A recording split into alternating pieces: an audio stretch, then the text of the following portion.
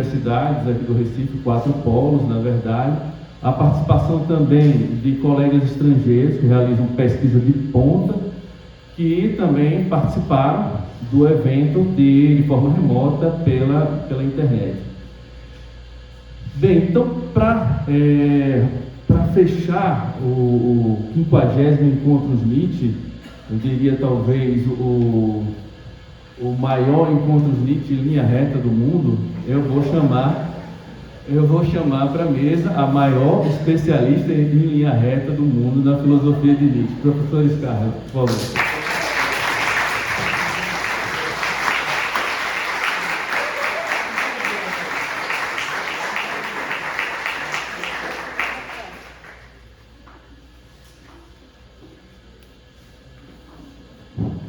Eu vou dar uma palavrinha aqui sobre o percurso da professora Scarlett. Realmente é uma palavrinha, porque seria impossível dar conta do currículo completo.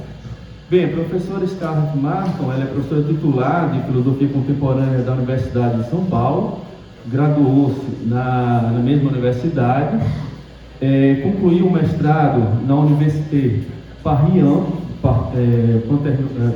Panthéon-Sorbonne, defendeu o doutorado e a livre docência em filosofia pela Universidade de São Paulo, publicou no Brasil, na verdade publicou, se a gente for contar livros organizados e livros realmente publicados, a gente chega por volta de 30 livros, se for contar os organizados. E, claro, a maioria sobre a filosofia de Nietzsche. Eu ressalto aqui, entre esses livros, um que é incontornável para qualquer pesquisa que se debruce sobre a filosofia de Nietzsche, que é Nietzsche, das forças cósmicas aos valores humanos. Então, qualquer pesquisa que se preze acerca de Nietzsche tem que passar por esse texto que é clássico. A professora Scarlett Marton, ela já publicou artigos e livros no estrangeiro, em vários países. Eu diria que as últimas publicações, os últimos livros publicados da professora Scarlett Marton são esses dois, né? O Nietzsche e as Mulheres, que na verdade é uma versão de um outro livro que foi publicado nas edições Sorbonne, uma adaptação para o português, e Nietzsche, o Bom Europeu, que faz parte da coleção Sendas e Veredas. Bem, passo então a palavra para a professora Scarlett Marton. Boa noite. Antes de mais nada, agradeço ao professor João Evangelista pela apresentação sempre muito generosa do meu trabalho, e agradeço muitíssimo ao professor João Evangelista e a toda a sua equipe pela organização desse 50º Encontros Nietzsche. Vocês com certeza têm ideia da emoção que é para nós realizarmos 50 congressos em torno da filosofia nietzschiana. É um trabalho do GEM, do nosso grupo de pesquisa, procurou sempre ser um trabalho pioneiro, e muito me toca o fato de que ele continue com essa característica graças às gerações que sucederam. E participantes dessas gerações, sem dúvida, eu tive a prova disso durante esses dias. Primeira geração do GEM, toda reunida aqui, por exemplo. Vários dos meus colegas ultrapassaram muito o meu trabalho. E é isso que me traz alegria. O que eu vou apresentar hoje a vocês, na verdade, é um trabalho em curso. É um texto inédito, Esta é a primeira apresentação aqui no Brasil. Na verdade, eu já apresentei na França, em francês, portanto, no mês de março deste ano. E de março para cá, eu continuei trabalhando nesse assunto e devo continuar trabalhando nesse assunto durante algum tempo ainda. O título é Friedrich Nietzsche, mestre e mentor de Lu Salomé? É uma interrogação. Roma, abril de 1882. Numa manhã de primavera, Friedrich Nietzsche conhece Lu Salomé. São apresentados por um amigo comum, Porré, num passeio à Basílica de São Pedro. Ao que consta, ao vê-la, estas foram as primeiras palavras que Nietzsche lhe disse: de que estrelas caímos para nos encontrar aqui? Talvez a frase revele seu desejo de descobrir alguém com quem possa ter tal cumplicidade a ponto de partilhar os seus projetos filosóficos. Um ser que seja do seu feitio. Vindos de alguma estrela, ele e Lu teriam um ponto de vista privilegiado sobre o mundo. Aos 37 anos, Nietzsche definia-se como um espírito livre. Formado em filologia clássica em Leipzig, cedo foi nomeado professor na Universidade da Basileia, na Suíça. Entre 1869 e 1876, ministrou curso, publicou vários livros. Crises de saúde obrigaram-no a abandonar as atividades acadêmicas. Desde 1879, Nietzsche abraçara uma vida errante. Com 21 anos, Lu começava a frequentar os meios intelectuais europeus e escolhera dedicar-se à literatura. De origem russa, gozava de uma independência de espírito e liberdade de comportamento desconcertantes para a época, embora usuais na sua terra natal. Se a jovem russa julga encontrar em Nietzsche um homem brilhante que poderia auxiliá-la a aprimorar sua formação, Nietzsche espera ter em Lu uma parceira. Em 13 de julho de 1882, referindo-se a Lu Salomé, Nietzsche escreve à amiga Marvida von Eisenburg. Eu cito: agora essa jovem está ligada a mim por uma sólida amizade, tão sólida quanto possível sobre a terra. Há muito tempo eu não fazia tão importante conquista. Estou muitíssimo agradecido à senhora, Marvida, e à Rê por me terem propiciado isso. Este ano foi embelezado pela graça e esplendor dessa jovem alma, dessa alma realmente heróica. Espero encontrar nela uma discípula e, se minha vida dever não se prolongar muito, uma herdeira e uma continuadora do meu pensamento. O objetivo deste trabalho, que submeto agora à apreciação de vocês, é duplo. A partir da análise do livro Nietzsche e suas obras, gestada durante a curta e intensa convivência de Lu Salomé com o nosso filósofo, pretendo, num primeiro momento, aquilatar em que medida Nietzsche teria sido o seu mestre, o mestre de Lu, no que diz respeito às relações entre vida e obra.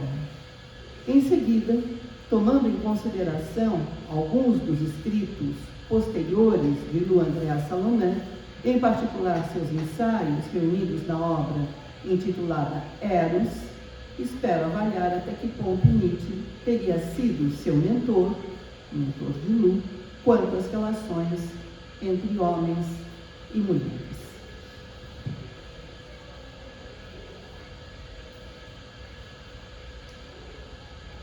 Pequeno parênteses, Lu Salomé e Lu Andreas Salomé. Na verdade, Lu Salomé é o nome de solteira de Lu, e Lu Andreas Salomé é o nome de casada, e é com esse nome, Lu Andreas Salomé, que ela assina os seus escritos. Então, passemos à primeira parte. Em seu livro Nietzsche e suas obras, Lu Andreas Salomé destaca várias vezes o caráter religioso do filósofo. Esse é seu ponto de partida para examinar algumas de suas ideias, em particular, a ideia da morte de Deus, do além do homem, do eterno retorno do mesmo e do filósofo criador. Da sua perspectiva, da perspectiva de Lu, por ter de enfrentar os sofrimentos decorrentes da perda da fé em Deus, Nietzsche converte a nostalgia de Deus na necessidade de criá-lo. A morte de Deus transforma-se assim, nas palavras de Lu, em desejo de endeusamento de si mesmo. Entendendo que o ser humano tem de superar-se, Nietzsche defende a ideia de que, para tanto, ele tem de preservar a força selvagem do inumano e do subhumano. Desse modo, sempre da perspectiva de Lu Andréa Salomé, claro, desse modo ele terá condições de criar o além do homem, que nada mais é do que, nas palavras dela, a representação de uma pura ilusão divina. Ao abandonar o projeto de voltar à universidade em Viena ou Paris para fazer estudos em matemática e física, tendo em vista encontrar um fundamento científico para o pensamento do eterno retorno do mesmo, Nietzsche acaba por fundá-lo em sua inspiração interior. Nesse sentido, ele se torna, nas palavras de Lu, esse pensamento se torna a doutrina mais fundamental e mais mística de todas. Por fim, por conceber o filósofo criador como símbolo mesmo da vida, Nietzsche julga que cabe a ele dar um sentido ao mundo. Eis porque lhe atribui, nas palavras de Lu, mais uma vez, uma monstruosa divinização. Certa de que, eu cito, Lu Andréa Salomé, certa de que, de todas as grandes tendências do espírito de Nietzsche, não existe nenhuma mais profunda e mais inexoravelmente ligada à totalidade de seu organismo psíquico e seu gênio religioso. Fim da citação. Lu Andréa Salomé foi levada a sublinhar os aspectos místicos tanto do caráter quanto do pensamento do nosso filósofo. Guiada pela ideia de que o instinto religioso sempre governou a essência e o pensamento de Nietzsche, ela acaba por fazer uma leitura bastante peculiar de alguns dos temas centrais presentes em sua reflexão. A seu ver, cito mais uma vez, todas as teorias de Nietzsche afluíram da necessidade de sua própria autorredenção, do anseio de prover sua agitada e sofredora vida interior com aquele amparo que o crente encontra junto a Deus. Fim da citação. Essa passagem ilustra bem o ponto de partida de Lu Andréa Salomé no seu ensaio de caracterização de Nietzsche, ou seja, nesse livro, Friedrich Nietzsche em suas obras. Adotando uma abordagem psicológica, ela empenha-se em compreender as eventuais contradições presentes nos textos de Nietzsche como uma manifestação de seus conflitos pessoais. Por isso mesmo, Lu Andréa Salomé não se detém em considerações teóricas. É bem verdade que ela ressalta a atração que Nietzsche sentiu pelo positivismo, os estudos que dedicou às ciências da natureza, a importância que atribuiu à teoria do conhecimento.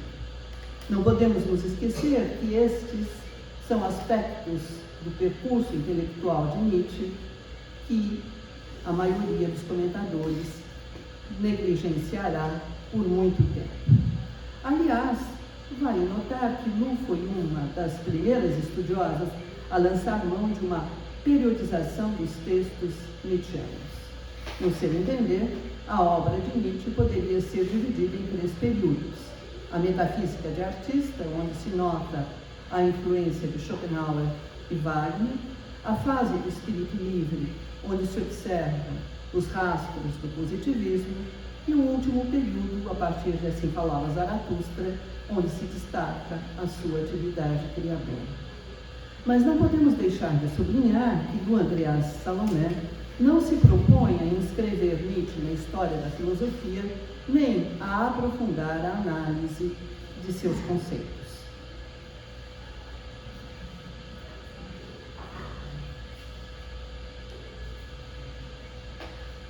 A autora da caracterização do filósofo tampouco quer deter-se nos fatos de sua vida privada. É certo que, baseando-se na estreita convivência que teve com Nietzsche durante o ano de 1882, ela elucida passagens relevantes da vida do filósofo. Esclarece vários aspectos das relações que ele estabeleceu com Wagner e Poiré. Dedica-se, sobretudo, a examinar as transformações por que passou devido à solidão e à enfermidade. Mas não podemos deixar de observar que Lu não tenta fazer um relato objetivo dos fatos da vida nem do percurso intelectual do nosso filósofo. No Andreas Salomé e Friedrich Nietzsche parecem pôr-se de acordo quanto a um ponto fundamental. Ambos entendem que a vida e a obra se acham mescladas. Nas primeiras páginas do seu ensaio de caracterização do filósofo, Lu elucida sua maneira de proceder. Cito: se a tarefa do biógrafo esclarecer o pensador através do homem, isso vale sobremaneira para Nietzsche, pois em nenhum outro autor a obra intelectual exterior e a biografia interior coincidem numa unidade tão plena. Por outro lado, os escritos de Nietzsche, que poderiam ser tidos por autobiográficos, não constituem um relato objetivo de fatos da sua vida ou mesmo de seu percurso intelectual. Nesses textos, aliás, como em todos os outros, a vida e a obra se acham mescladas. Mas não é porque esses textos constituem o relato de uma existência, nem porque exibem itinerários, percursos, caminhos e desvios da vida de seu autor, ou porque contam fatos, acontecimentos, aventuras, peripécias que constituíram essa vida, ou ainda porque trazem estados psicológicos, situações emocionais, experiências, vivências.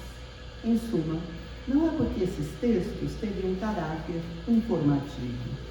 No fim das contas, na ótica nietzschiana, toda informação seria parcial, porque dada a partir de uma perspectiva determinada. Não há como ter um ponto de vista privilegiado em relação a nós mesmos. Estamos enredados nas nossas próprias vidas. Pretender fazer um relato objetivo, neutro e impessoal da própria existência implicaria excluir-se do texto. Não é possível, pois, dissociar vida e obra. No limite, podemos afirmar que todo escrito é autobiográfico. Todo pensamento traz à luz uma existência. Em Nietzsche, em suas obras, no Andreas Salomé, inclui à guisa de prefácio o primeiro parágrafo da carta que Nietzsche lhe enviara em 16 de setembro de 1882.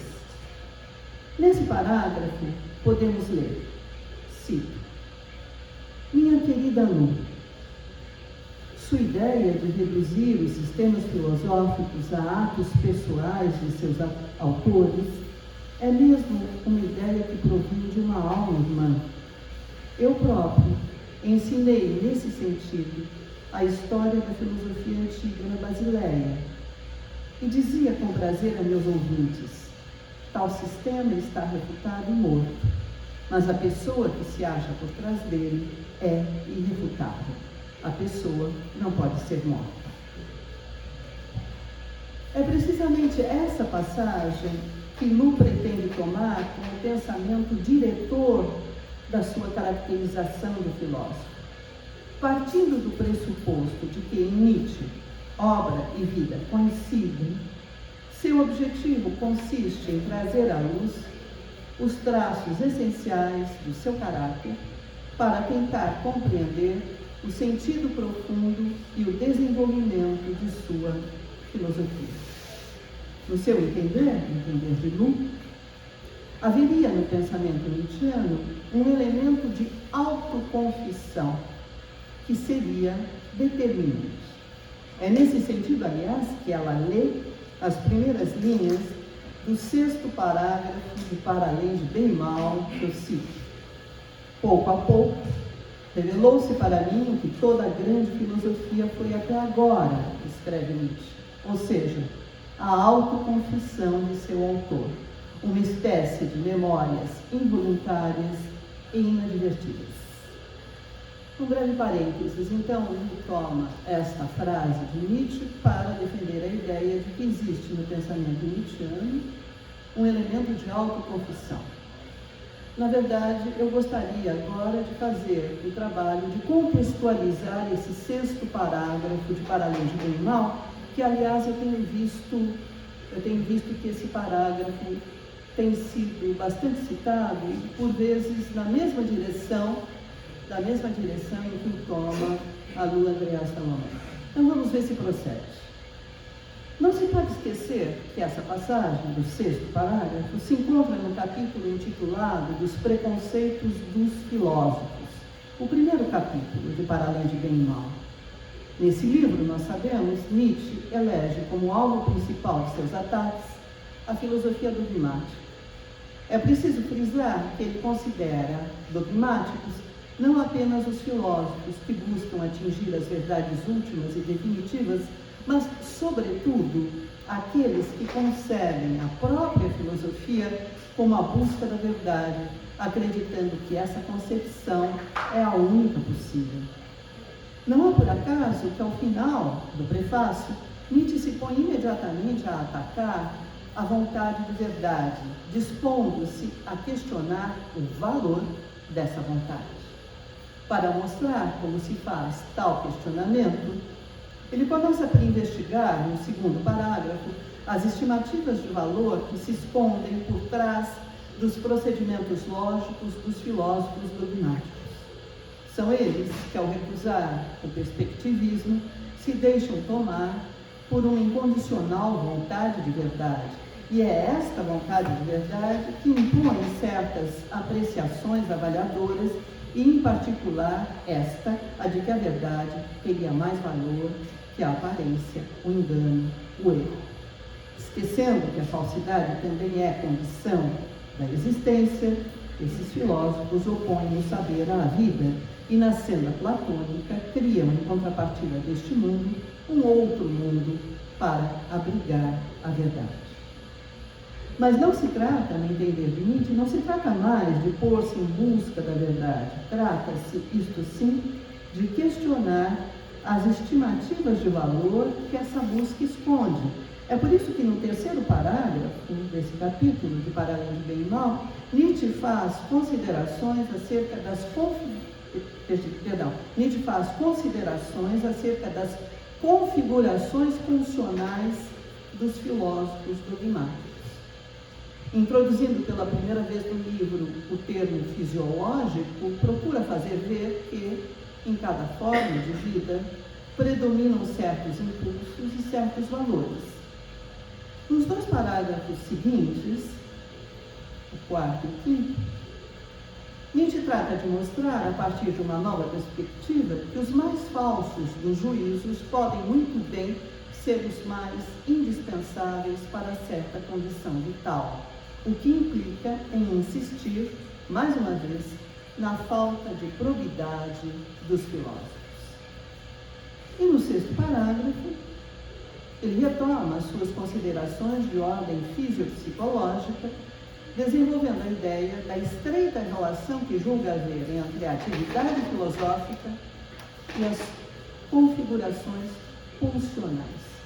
Portanto, é nesse contexto que se deveria ler a passagem citada por Lu Andréa Salomé.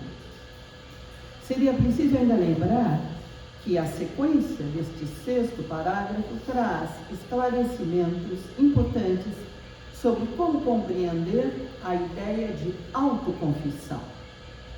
Algumas linhas abaixo, nós lemos, cito: Quem observar os impulsos básicos do homem para examinar até que ponto eles aqui gostaram de fazer seu jogo como gênios inspiradores, ou demônios, ou duendes, verá que todos eles já fizeram alguma vez filosofia e que cada um deles bem gostaria de apresentar-se como o objetivo último da existência e o senhor legítimo de todos os outros impulsos, pois todo impulso busca dominar e, enquanto impulso, procura filosofar. Fim da citação. Essa passagem é reveladora de vários aspectos da atitude de Nietzsche no que diz respeito à reflexão filosófica. Aqui, ele dá a entender que toda grande filosofia é uma autoconfissão, apesar de seu autor, pois são seus impulsos que aí se exprimem através de palavras. Melhor ainda, são eles, elas, as configurações personais, são eles, os impulsos, que aí tomam a palavra. Em suma, são seus impulsos que filosofam. É nesse sentido que toda grande filosofia é, como dizia Nietzsche, uma espécie de memórias involuntárias e inadvertidas. De acordo com essa posição, podemos afirmar que não é pondo de lado a existência que Nietzsche elabora a própria obra. Esta, a obra, é parte integrante da sua vida. Foi preciso essa vida para que existisse essa obra. Contudo, essa vida não se reduz a uma configuração psicológica individual ou a um mundo interior específico. No prefácio à segunda edição da Gaia Ciência, pode-se ler: deixemos o Sr. Nietzsche. Que importa que o Sr. Nietzsche está outra vez com saúde? Singulares, as vivências do autor do livro, as vivências de Nietzsche, não são individuais. É uma forma de vida dada, uma condição fisiopsicológica determinada que nesses textos se exprime. No Andreas Salomé tinha ciência das transformações sofridas por Nietzsche. Por um lado, no terceiro capítulo do livro Friedrich Nietzsche em suas obras, ela se empenha em mostrar que no último período da filosofia nietzschiana, da filosofia de Nietzsche, ele estava animado, nas palavras de Lu, de um vivo desejo de liberar seus instintos, de um desejo de selvagem desregramento. Por outro lado, fiel ao pensamento diretor da sua caracterização do filósofo, Lu tenta desvendar os traços do caráter do indivíduo Nietzsche. Em 1894, ciente das repercussões do pensamento nietzschiano e sensível às deformações das ideias do nosso filósofo, ela decide, então, publicar o livro Nietzsche em suas obras. O que conta para nós, nesse momento da nossa investigação, é sublinhar como o Andreas Salomé afirma em Minha Vida, é o título de um dos seus últimos textos publicados só após a sua morte. Então, dizer o que conta nesse momento da nossa investigação é sublinhar, como ela mesma afirma, que escreveu o livro Friedrich Nietzsche em suas obras numa total independência de espírito. Os elementos reunidos até aqui me permitem, então, afirmar que, no que diz respeito às relações entre vida e obra, Nietzsche não foi o mestre de Lu Salomé.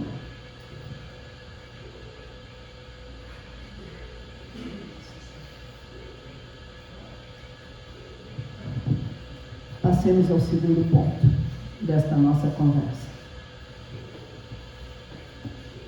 Resta saber até que ponto Lu Andreas Salomé teria sido uma continuadora do pensamento nietzschiano no que diz respeito às relações entre homens e mulheres.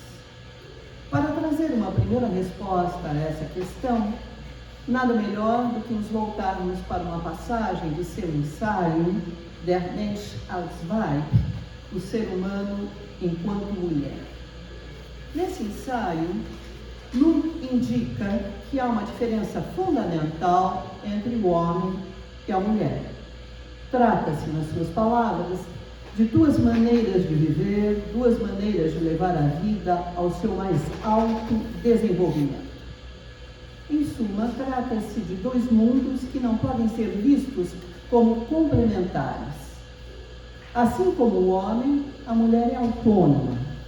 Enquanto o homem consegue atingir os objetivos que persegue graças à especialização de suas energias, a mulher despende, gasta suas forças como uma manifestação da totalidade da vida.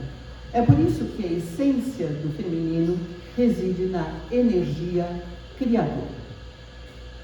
Nietzsche, por sua vez, recusa-se a essencializar a mulher, contrastando com a maneira de raciocinar que opera a partir de a priori metafísicos e essências atemporais.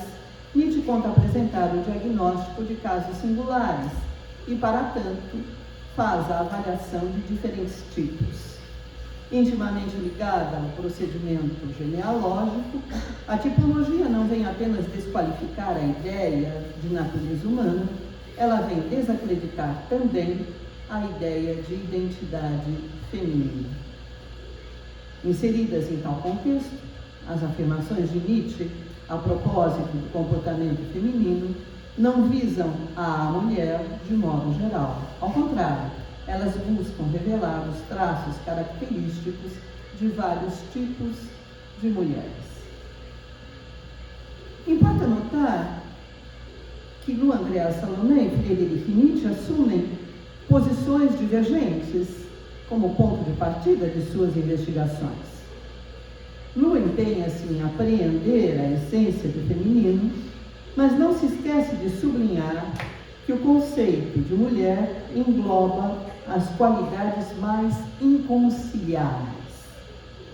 No seu ensaio intitulado O Erotismo, ela escreve, cito: "A mulher sempre é a própria contradição. Assim, de acordo com sua atividade criadora, a própria vida trabalha dentro dela." Nietzsche, em compensação, dedica-se a examinar vários tipos de mulheres e não deixa de apreender cada um deles em sua singularidade. Assim é que, no segundo livro da Gaia Ciência, ele traz à luz as imagens mais variadas das mulheres, as que são procriadoras, dóceis, obedientes, mas também as que são arrogantes, vingativas, volúveis.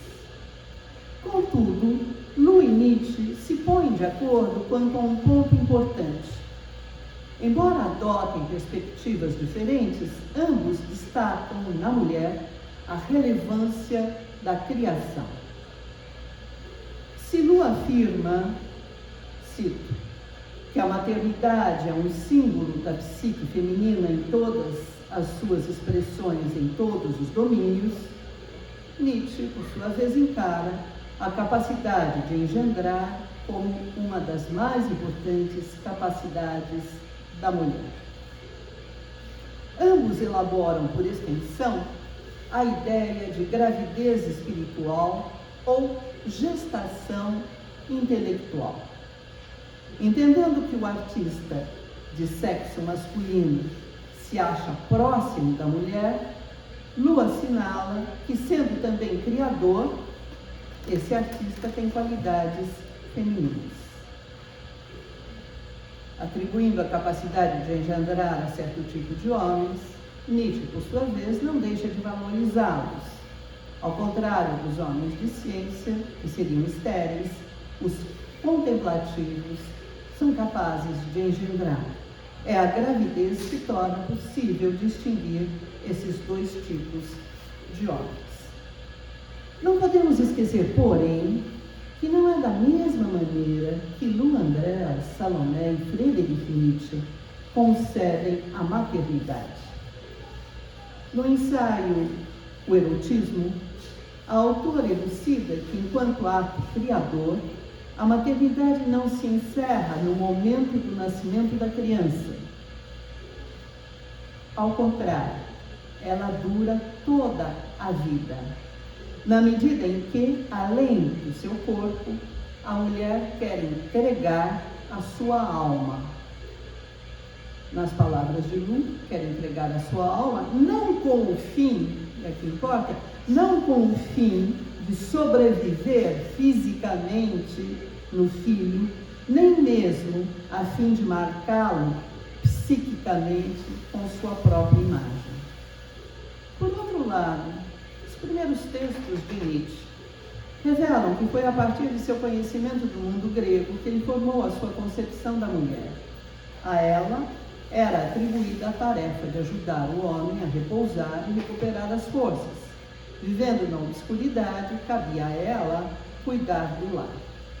Em Humano Demasiado Humano, Nietzsche delineia os contornos de uma civilização de homens, de uma civilização viril, não hesitando em afirmar que as mulheres não tinham outra tarefa além de produzir belos corpos cheios de potência, estou citando Nietzsche, produzir belos corpos cheios de potência nos quais o caráter do pai sobrevivesse o mais intacto possível. Lu Andreas Salomé e Friedrich Nietzsche não poderiam, pois, entender-se quanto à maneira de conceber as características masculinas e femininas.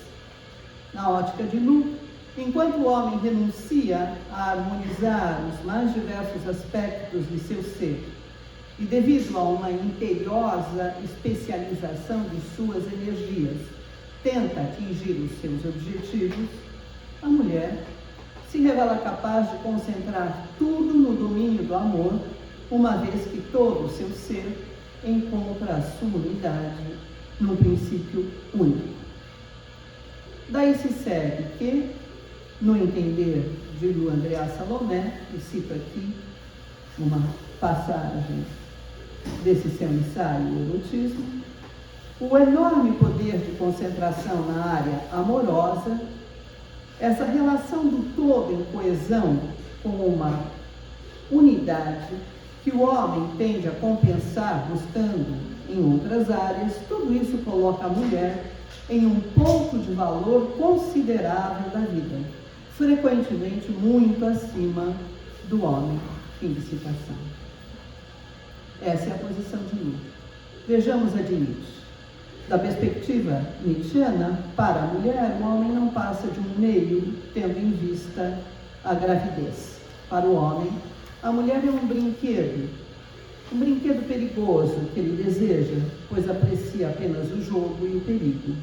Enquanto o homem deve ser educado para a guerra, a mulher deve cuidar das crianças.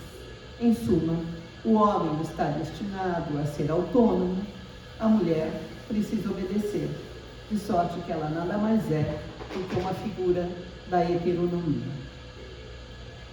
Seria preciso lembrar, porém, que Nietzsche e Lu criticam a importância exagerada que se atribui à realização do ideal amoroso. Do ponto de vista, sim, ambos estimam, os dois pensam que se trata de um exagero feminino, mas, uma vez mais, não é do mesmo modo que encaram essa questão. Do ponto de vista de Salomé, uma vez que nossas forças só chegam a se desenvolverem plenamente às expensas umas das outras, a partir do momento em que se atribui demasiada importância ao ideal amoroso, esquece-se que, nas suas palavras, as mais altas conquistas já pressupõem a renúncia a toda harmonia possível, física ou mental. Da perspectiva de Nietzsche, de início as mulheres idolatram o amor, mas habituando-se às imagens idealizadas que criaram, tornam-se presas de suas próprias idealizações. Mas o hábito de ter o amor sempre em alta conta as leva a esquecerem que o idealizaram. Quando se trata da relação amorosa, as mulheres são, pois, mais iludidas que os homens. Não é, porém, porque as mulheres têm o intuito de cultivar o amor que dele constroem imagens idealizadas. Elas se lançam em idealizações do amor porque só querem exercer o poder sobre os homens. Não há dúvida de que Lu Andreas Salomé e Friedrich Nietzsche adotam concepções distintas do amor. No ensaio intitulado Reflexões sobre o Problema do Amor, Lu pensa que o amor e a criação são idênticos em sua raiz. Toda criação é um ato de amor, uma vez que a obra criada surge do amor provocado pelo seu objeto. Todo amor é um ato de criação, já que a volúpia de criar, provocada pelo ser amado, se realiza por si mesma e não por amor do ser amado. Daí resulta que os seres humanos que amam não se afastam de si mesmos, eles não se alienam, ao contrário, eles permanecem inteiramente eles mesmos, em consonância com todos os seus poderes. Portanto, nada é mais perigoso para o amor, no entender de Lu Salomé, do que o momento em que o ser humano que ama quer encarnar para o outro mais do que uma mediação, ou seja, quer apoderar-se do outro ou adaptar-se ao outro. Em ambos os casos, um se transforma em parasita do outro. É nesse sentido que Lu afirma, e eu cito, o ser humano de nossos dias já bem sabe que os seres humanos nunca se possuem, que eles se ganham ou se perdem em cada momento da vida e que o amor só existe mesmo em sua ação real e espontânea.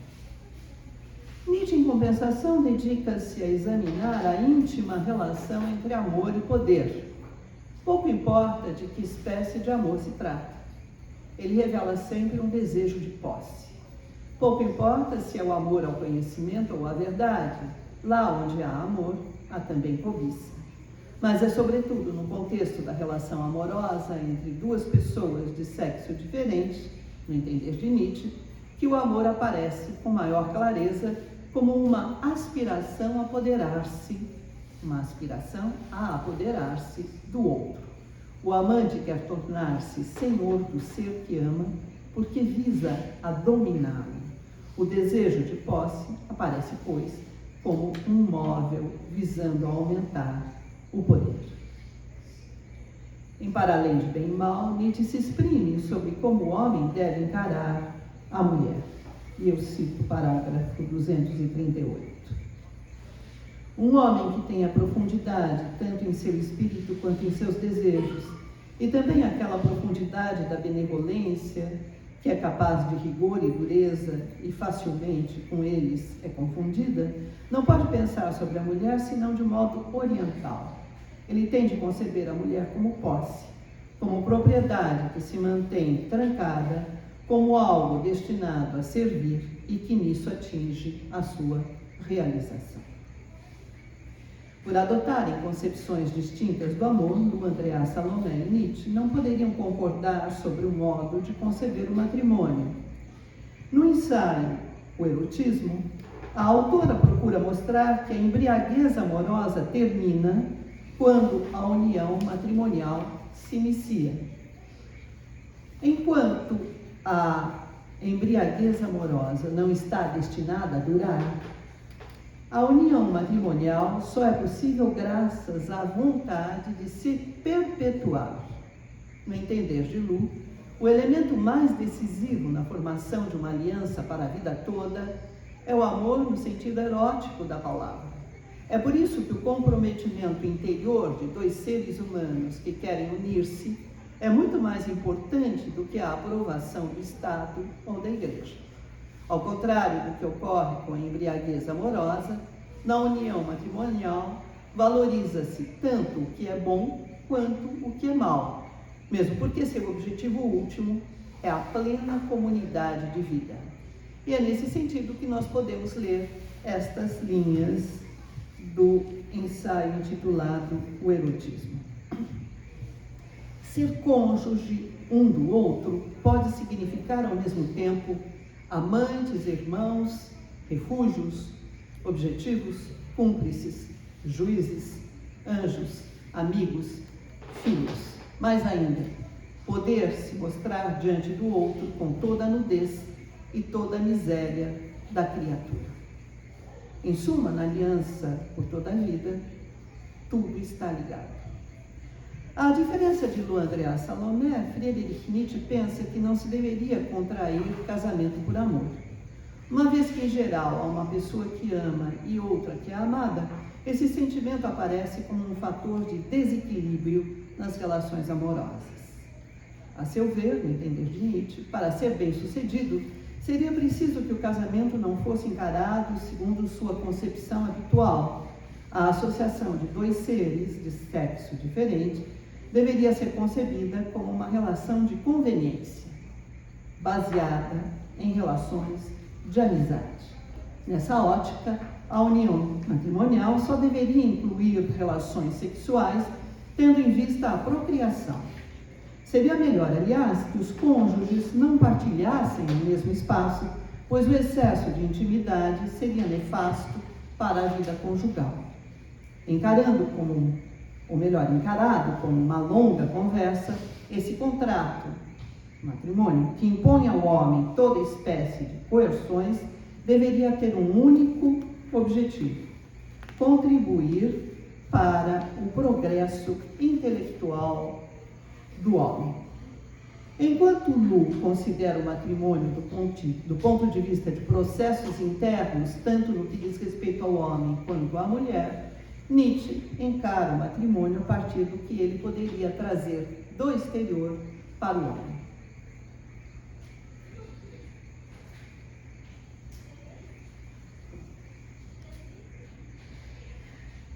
Mas, à primeira vista, Lu Andreas Salomé e Friedrich Nietzsche concordam sobre o movimento de emancipação feminina. Ambos entendem que a mulher que quer igualar-se ao homem comete um erro de cálculo. Não são as mesmas razões, porém, que os levam a opor-se à luta das mulheres pela igualdade de direitos. Aos olhos de Lu Salomé, abraçar uma carreira profissional, por exemplo, forçaria a mulher a sair dela mesma. Ao invés de, nas suas palavras, ampliar constantemente o seu ser, sem jamais desviar-se da sua total harmonia com si mesma, fim da citação, a mulher cairia na cilada de liberar-se às expensas do resto do seu ser. Do ponto de vista de Nietzsche, ao querer adquirir direitos, a mulher reduz a sua esfera de influência e despreza as armas que lhe asseguraram tantas vitórias. Cito: sua esperteza e arte, as da graça do jogo, do afastar as preocupações, do aliviar e tomar as coisas com leveza, assim como sua refinada aptidão para suscitar desejos agradáveis. Na ótica de Lu Andreas Salomé, o movimento de emancipação feminina não contribui para o desenvolvimento da mulher, uma vez que a afasta do que é fundamental para ela. Da perspectiva de Nietzsche, esse movimento não concorre para a satisfação do homem, na medida em que impede a mulher de corresponder às suas expectativas. No caso de Lu Salomé, afirma-se, cito agora mais uma passagem aqui do Ser Humano como Mulher: enquanto as mulheres não buscarem se compreender tão apaixonada e profundamente quanto possível na sua diferença em relação ao homem, e antes de tudo, exclusivamente nessa diferença, usando com escrúpulo para tanto os menores sinais, tanto físicos quanto psíquicos, elas não saberão jamais com que extensão e força poderão se desenvolver na construção do seu próprio ser. No outro caso, no caso de Nietzsche, incita-se os homens a dominar as mulheres que se virilizam, pois os que estão destinados a comandar devem conservar o lugar. Os que estão destinados a comandar, os homens, devem conservar o lugar que lhes cabe. É importante notar que se Lu Andréa Salomé não adere ao movimento de emancipação feminina pela igualdade de direitos, nem por isso deixa de pleitear a favor da igualdade de valor do homem e da mulher. Não é, pois, por acaso que ela pensa ser um erro encarar a mulher como nada além do que um apêndice do homem, ou considerar que na mulher a maternidade não passa de uma recepção passiva. Por outro lado, ao defender uma ideia conservadora da relação entre os homens e as mulheres, Friedrich Nietzsche critica duramente aquelas que querem se emancipar.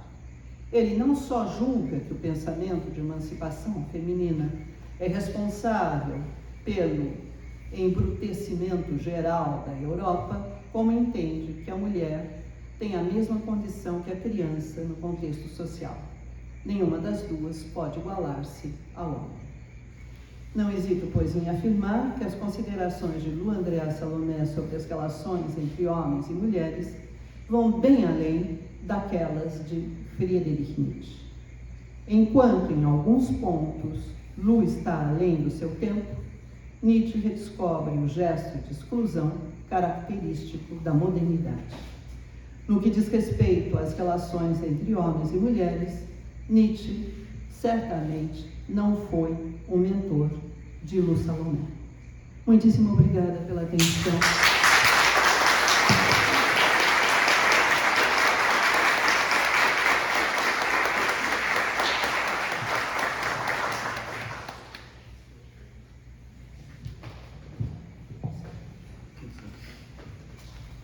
Bem, então, a partir de agora, eu abro o microfone para questionamentos, observações do debate.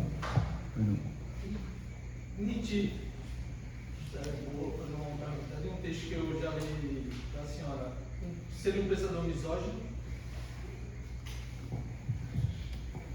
Qual é o seu nome? Caio. Sim, muito obrigada. Eu acho que se nós tomarmos a palavra misoginia ao pé da letra, o que é misoginia, a aversão em relação às mulheres, não, Nietzsche não seria um pensador misógino. Não. Tanto que ele teve, enfim, relações muito amistosas, amigáveis, cordiais com várias mulheres, com mulheres muito determinadas, com mulheres, inclusive, que lutavam pela emancipação feminina, etc. Nietzsche é, sim, um pensador conservador no que diz respeito às relações entre homens e mulheres.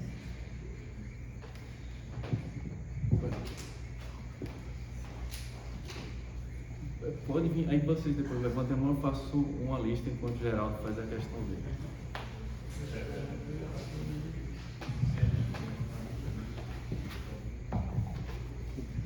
Obrigado pela palestra. Boa noite a todos. É uma palestra incrível. Eu vou tentar formular uma questão aqui que é de um diálogo nosso já, professor Ricardo.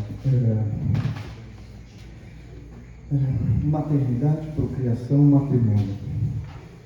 Praticamente, Lu e Nietzsche discordam, né? Estão em caminhos diferentes. Eu não pretendo fazer uma pergunta acerca do caminho que a concepção de Lu, mas a de Nietzsche.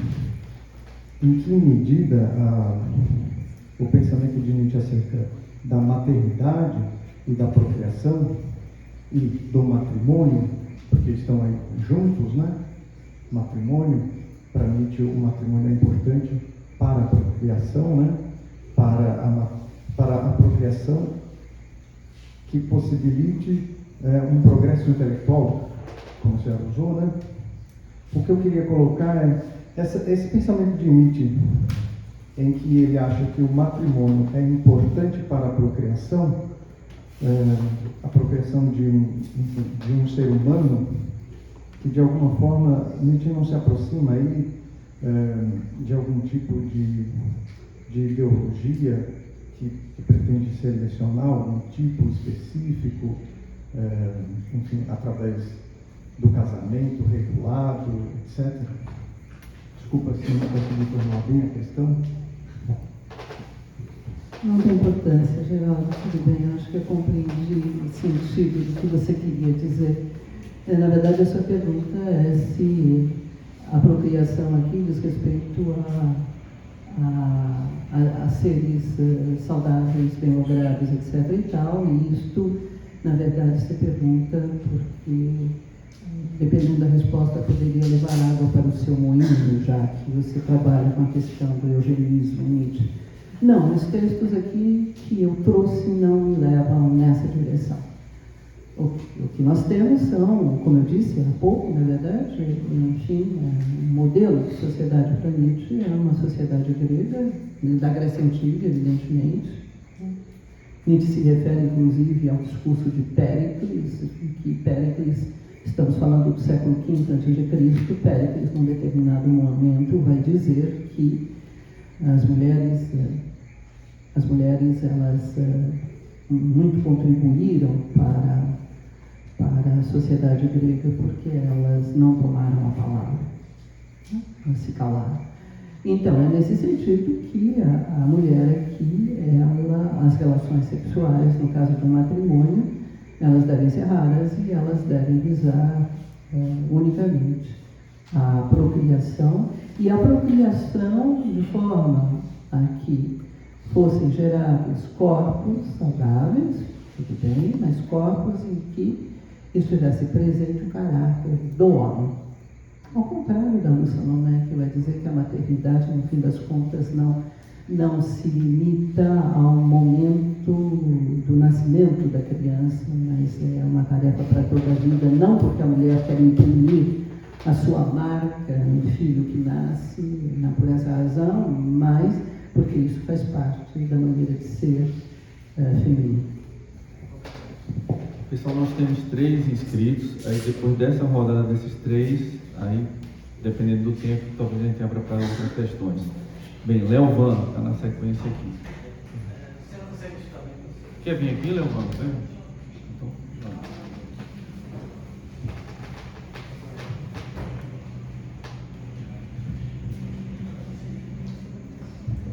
Bem, primeiro eu agradeço a professora pela ótima conferência, e me chamou muita atenção quando a senhora afirma que o Nietzsche ele não trata de uma espécie de essencialização da mulher, né? Mas isso me fez recordar, eu até tentei procurar rapidamente, mas obviamente não consegui achar. Em alguns momentos, em textos como Genealogia da Moral, que o Nietzsche vai falar de uma forma pejorativa, né, do tipo fraco, e vai usar o termo feminino para se tratar dele, né. Se não há uma essencialização da mulher, não há uma essencialização do feminino, como é que poderia ler essa caracterização quase que inata ao feminino no Nietzsche, né, desse tipo fraco, coisa assim, né. Muito obrigada, Leovano, por essa sua inquietação. Sim, retomando, então para Nietzsche não existe natureza humana, não existe identidade feminina, portanto não existe essência feminina, o que há é a investigação de casos singulares. Tá? Bem, quando Nietzsche fala do tipo fraco, estamos falando da tipologia, como um tipo feminino, vamos voltar lá à sociedade grega, né? E isso nós vamos encontrar, por exemplo, no Anticristo. E voltemos às relações sexuais, tais como eram vistas na época. O cidadão, que é o homem livre e ativo, ele tem 3 tipos de relações sexuais na Grécia Antiga. Ele se relaciona com, eu vou pedir ao João aqui que complemente ou corrija eventualmente. Ele se relaciona com o efebo, tendo em vista a formação. Ele se relaciona com o escravo, que é necessariamente passivo, porque é uma coisa, né? É uma relação pederástica. E ele se relaciona com a mulher tendo em vista a procriação. Os três são inferiores, de alguma forma, ao homem visto como um cidadão pleno, portanto, livre e ativo. Então, é nesse contexto que nós podemos associar o feminino e o escravo. É claro que o escravo aí não é necessariamente entendido como o escravo tal qual lá na Grécia Antiga, né? Moral dos escravos, nós teríamos que conversar a respeito, é moral dos ressentidos, é moral dos fracos, etc. Mas é por essa via que nós podemos compreender essa qualificação do escravo como sendo feminino. Okay?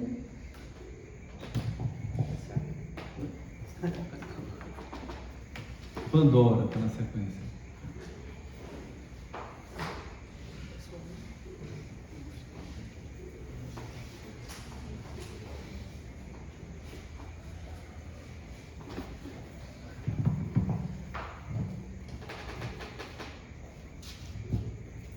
Boa noite, parabéns pela comunicação, gostei bastante. A dúvida que eu tenho é a seguinte, é que, assim, né, na história da filosofia é bastante comum, né, uma vertente, né, uma maneira de abordar o ser humano, que é a metafísica do sexo, né? A metafísica do sexo. E, sim, em Schopenhauer, por exemplo, né, o Schopenhauer, ele vai ter uma ideia ali de que existe um impulso genético que se relaciona diretamente com a vontade, né? E que o nascimento de um bebê indica ao afirmar o querer viver de um novo indivíduo. E aí, isso assim se caracterizaria como a metafísica do sexo, né? E aí eu gostaria de saber se esse pensamento de Lúcia Salomé sobre essa natureza criadora da mulher, se eu entendi bem, tem a ver com a questão fisiológica, né? E se a gente poderia pensar que há uma replicação dessa metafísica do sexo que eu falei agora. E tem mais uma outra pergunta, que é menor essa. Como Nietzsche tem uma abordagem fisiopsicológica, como é que a gente pensaria a demarcação dos gêneros, a tipificação dos gêneros? Se ela assume um caráter fisiológico, psicológico, como ficaria essa questão?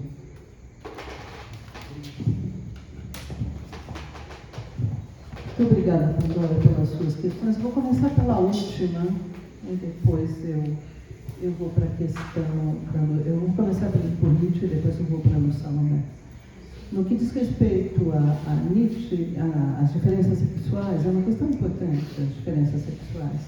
Se nós dissermos que as diferenças sexuais são unicamente de caráter biológico, nós estamos excluindo todo o lado cultural, não é? Se nós dissermos que as diferenças sexuais são construções culturais, nós excluímos o lado biológico. No entender de Nietzsche, não é possível trabalhar com dualismos. No pensamento nietzschiano, na verdade, não vamos encontrar dualismos, né? Então, nós teríamos de pensar que as diferenças sexuais, elas são, ao mesmo tempo, biológicas e culturais. Porque a partir do momento em que nós criamos novos valores, na verdade, teremos de introjetar esses valores, e ao fazer assim, nós passamos a ter uma espécie de segunda natureza, que está em permanente transformação. Eu tentei ser sucinta porque nós estamos com um problema de tempo, tudo bem? No que diz respeito à Lu, ela procede de uma outra maneira. Não é, a Lúcia Salomé, no meu entender, ela vai trabalhar com... Há uma passagem belíssima, eu conversava sobre ela com um colega ontem, com quem eu tive uma excelente conversa, não sei se ele está por aqui, foi uma conversa iluminadora. Conversávamos sobre Lúcia Salomé com o Stefano Buzzelato.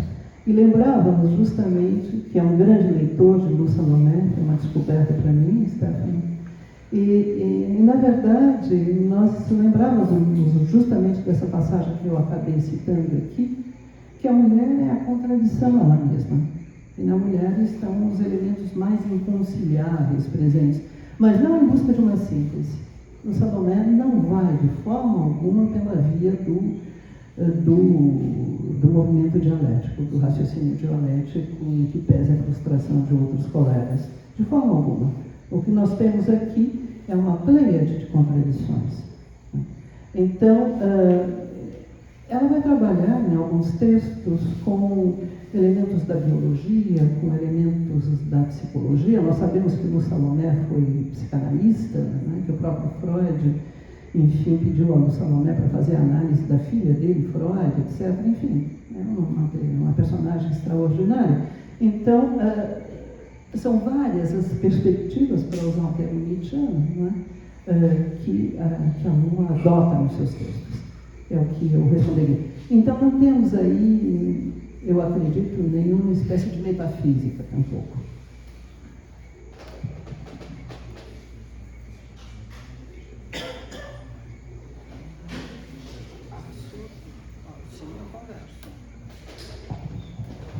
Gabriel.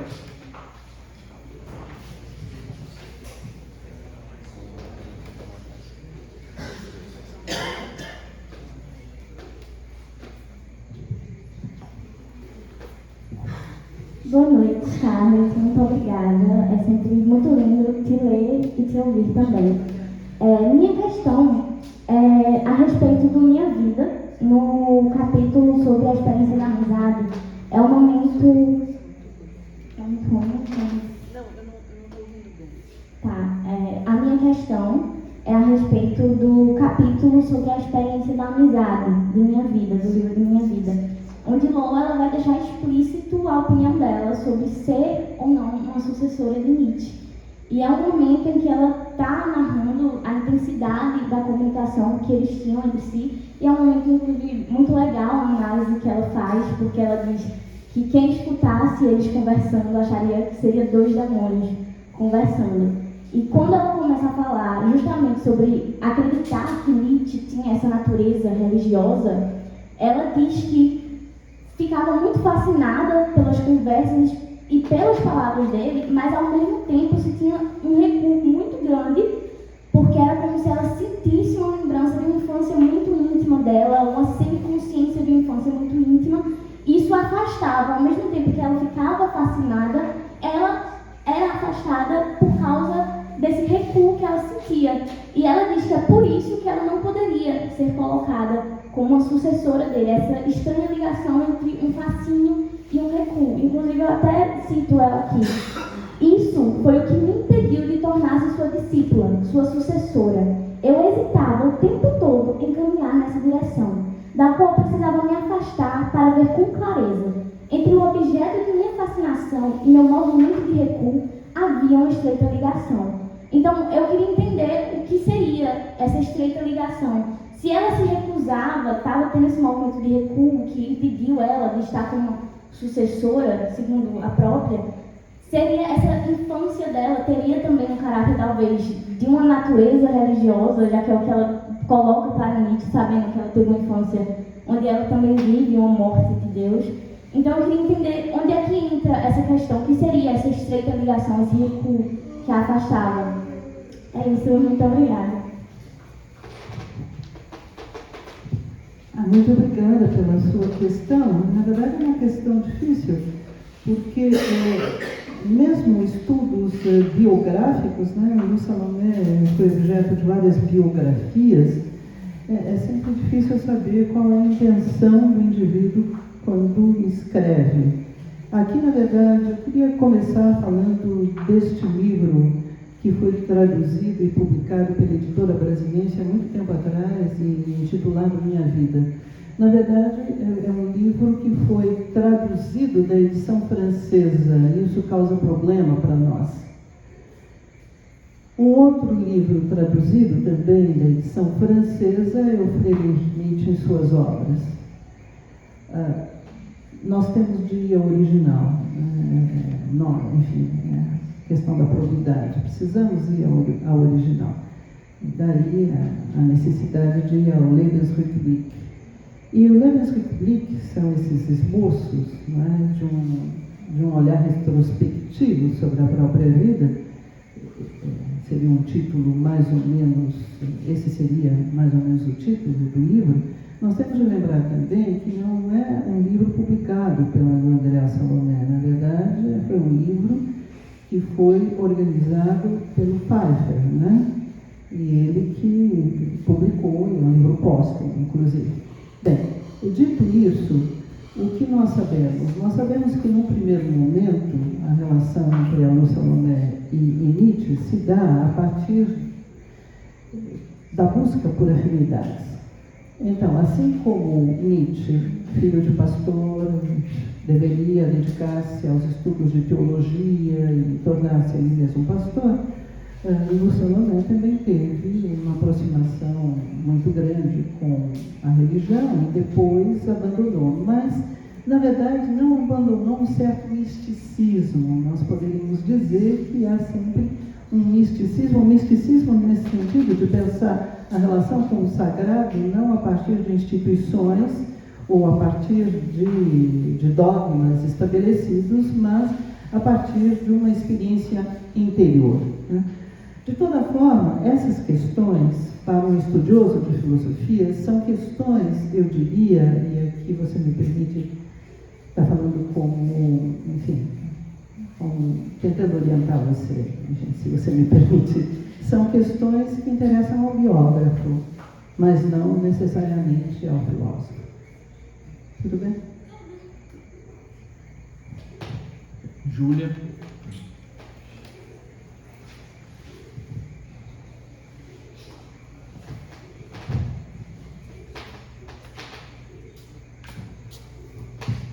Professora, boa noite a todas e a todos e a todas.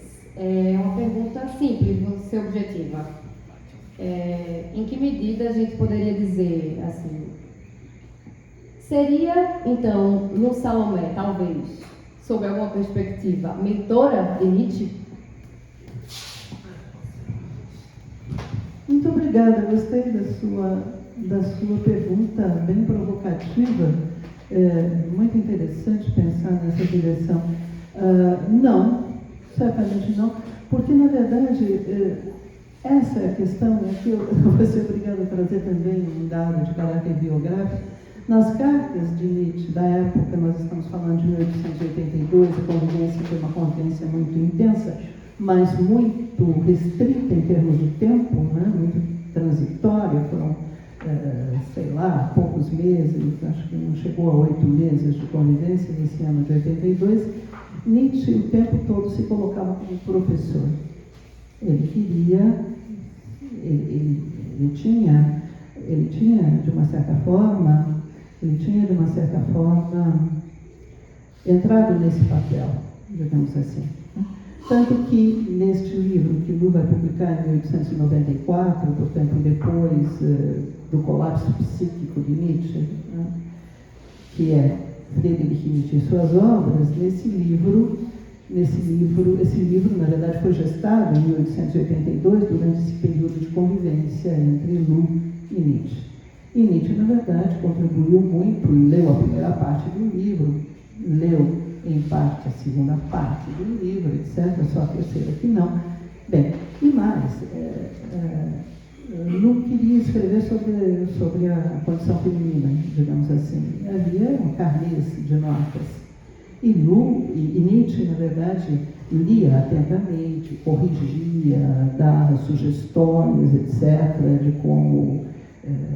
como escrever. Nós precisamos dizer que Lu Salomé talvez não fosse tão fino estilista quanto Nietzsche. Não sei se o meu colega lá vai concordar, mas, enfim, de toda forma, esse inverso não seria possível, não teria sido possível. Pensar mais como um mentor existencial, no sentido mais amplo? Não, nem isso, realmente não. O que havia da parte de Nietzsche era o desejo de ter realmente uma discípula. E a dela, para depois da morte dele, que ele imaginava que ocorreria em breve, levar adiante o pensamento dele, mas o pensamento dele. Marcos.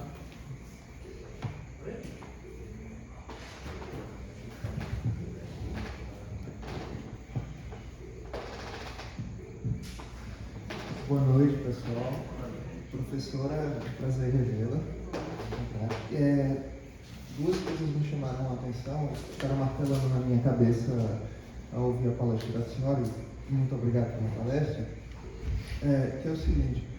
A primeira coisa é a seguinte, eu acho muito difícil, eu não sei se a senhora concorda comigo, mas eu acho muito difícil dissociar o pensamento, a produção artística, escrita, etc., da biografia do autor, né, ou da autora. Então, me veio à cabeça a seguinte pergunta, sendo Nietzsche um pensador, um escritor, que quebrou algumas barreiras e, de certa forma, à frente de seu tempo, mas nessa questão que foi tocada na palestra, ele foi bem conservador, né? A senhora acha que esse conservadorismo dele advém de algum episódio que aconteceu em sua vida, para ele manter essa postura dele conservadora? Que me interessa isso. E a segunda breve pergunta é que é o seguinte, a senhora citou que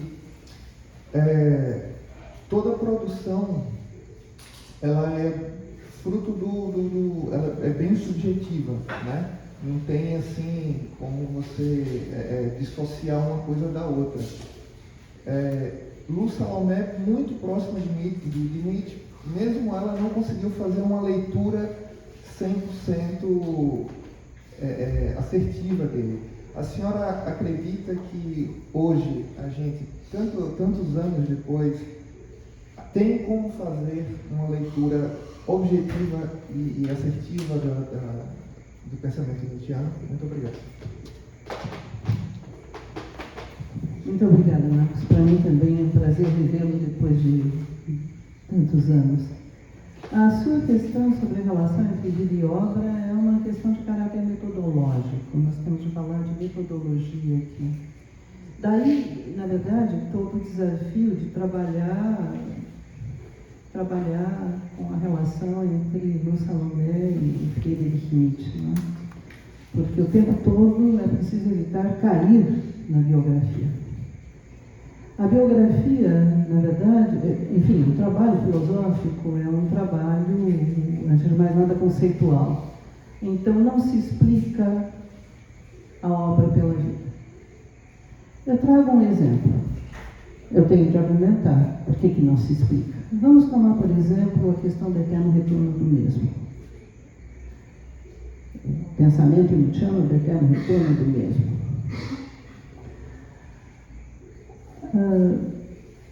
Há uma passagem de Nietzsche no S.O., em que Nietzsche escrevia que as maiores objeções que ele encontrava ao pensamento do eterno retorno do mesmo eram a existência da sua irmã e da sua mãe. Ou seja, o fato de voltar um número infinito de vezes sendo o irmão dessa irmã e o filho dessa mãe. Mas agora me pergunto, explorar as relações de Nietzsche com a Elizabeth, a irmã, ou com a Francisca, em que contribui para nós elucidarmos o pensamento do eterno retorno do mesmo? As implicações éticas? As questões cosmológicas? O aspecto dionisíaco? Nada. Trabalhar a relação, do ponto de vista biográfico, entre Nietzsche e Lu Salomé, de que maneira nos auxilia a compreender as posições de Nietzsche em relação às mulheres? A tipologia que ele lança a mão, as considerações acerca do matrimônio, acerca da procreação. Ou seja, quando se trata de um texto filosófico, nós não explicamos a obra pela vida. Quando nós falamos dessa íntima relação entre obra e vida, a vida aqui não está sendo entendida como algo subjetivo, tanto que você usou a palavra subjetivo. Não tem um sujeito aí. O que nós temos é uma configuração pulsional, uma multiplicidade de impulsos, e são esses impulsos que tomam a palavra, no fim das contas. Não dá para nós trabalharmos com a noção moderna de sujeito, e menos ainda com a ideia de uma interioridade psíquica, que é aquilo com que o biógrafo trabalha. Ou um indivíduo plenamente caracterizado enquanto tal. Nós trabalhamos de uma outra maneira. E por fim, chegando ao último ponto das suas inquietações, em que você pergunta se, na verdade, hoje nós podemos ter uma visão mais objetiva de Nietzsche. E aqui o que eu vejo é essa, e todos temos, em algum momento nós caímos nessa cilada, é ter uma leitura verdadeira de Nietzsche. Conseguir o Nietzsche verdadeiro, ele é meu. Não existe isso. Não existe isso, e hoje, enfim, ao longo desse nosso encontro, em vários momentos, esse tema apareceu. Hoje pela manhã, em particular, eu tenho a impressão em que se dizia, não, você tem interpretações possíveis, resta saber qual é a mais convincente, a mais bem trabalhada do ponto de vista argumentativo, a mais rigorosa. E é aquela em relação à qual o maior número de estudiosos concorda. Foi a resposta do Jensen. Obrigada. Pessoal, o professor Scarlett ainda quer dar uma palavrinha, mas antes disso, por conta da hora, vou encerrar. Mas antes disso eu queria fazer alguns agradecimentos, porque já estourou bem o tempo previsto, né? Eu queria agradecer a todo mundo que esteve envolvido no evento, aos alunos, aos orientandos, tanto os orientandos e alunos da Unicap, da UFPE, da UFRPE, aos parceiros que participam das reuniões do grupo de estudos Nietzsche aqui, os que não estão vinculados, mas que também ajudaram, a professora Marta, da Unicap, aos colegas, todos os colegas do GEM que participaram, que com todo esse sacrifício, porque a gente estava passando um momento muito complicado, né? Então teve atraso de voo e etc. Então foi difícil para chegar aqui, mas toda essa disposição para estar aqui presente. Agradecer às universidades, às 3 universidades, aos professores também que participaram, os professores além dos integrantes do GEM. E aqui eu não vou citar todo mundo, mas alguns alunos e parceiros que ajudaram: Felipe Xavier, Tiago, Jorge, Gabriel, Leovan, Gabriela, Sérgio, Cecília, os orientandos do professor Eduardo Nasser, os orientandos e orientandas da professora Marta, todos esses que suaram bastante para isso aqui acontecer. E eu me refiro a trabalhos que vão de trabalhos intelectuais de tradução de texto a carregar peso. Então, isso é algo muito importante, porque a gente sabe que como é difícil fazer pesquisa e fazer esse trabalho que a gente faz na universidade pública, que a universidade pública é tão importante, mas é difícil, né? Agora as coisas estão melhorando, espero, estão caminhando aqui para um momento melhor, mas, bem, agradeço a todos vocês. E sobretudo, a professora Scarlett Martin, que foi quem começou tudo isso. Sem ela, a gente não estaria falando aqui, tá certo?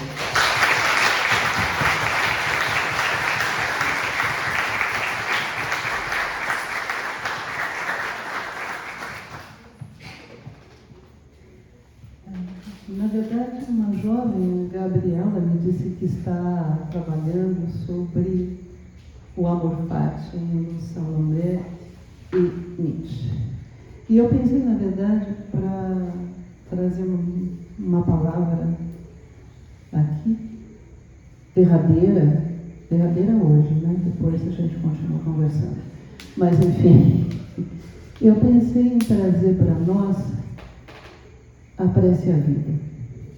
Na verdade, a Prece à Vida foi um poema que o Salomé deu de presente a Nietzsche no final da estada que tiveram juntos em Taltenburg, uma estada de nem 3 semanas, em 1882. E Nietzsche depois musicou a Prece à Vida, e se converteu no hino à vida, etc. E esta Prece à Vida é este texto, enfim, que eu gostaria de ler para vocês agora. Certo como o amigo ama o amigo, eu te amo, vida enigmática, que me tenhas feito exultar ou chorar, que me tenhas dado felicidade ou sofrimento. Eu te amo com as tuas penas, e mesmo que me tenhas de destruir, eu me desprenderei dos teus braços como o amigo se desprende do peito amigo. Com todas as minhas forças eu te abraço, que tuas chamas me devorem, que no ardor do combate me deixes sondar ainda mais o teu enigma. Ser, pensar durante milênios. Encerra-me em teus braços. Se já não tens mais felicidade a me dar, pois bem, ainda tens teus tormentos. E temos aqui, sobretudo nessa parte final, a própria ideia de amor fati, que será desenvolvida filosoficamente por Nietzsche. Amor fati, amar tudo aquilo que me advém, tanto o que é mais alegre e esplendoroso, quanto tudo o que há de mais terrível e doloroso. Muito obrigada a vocês.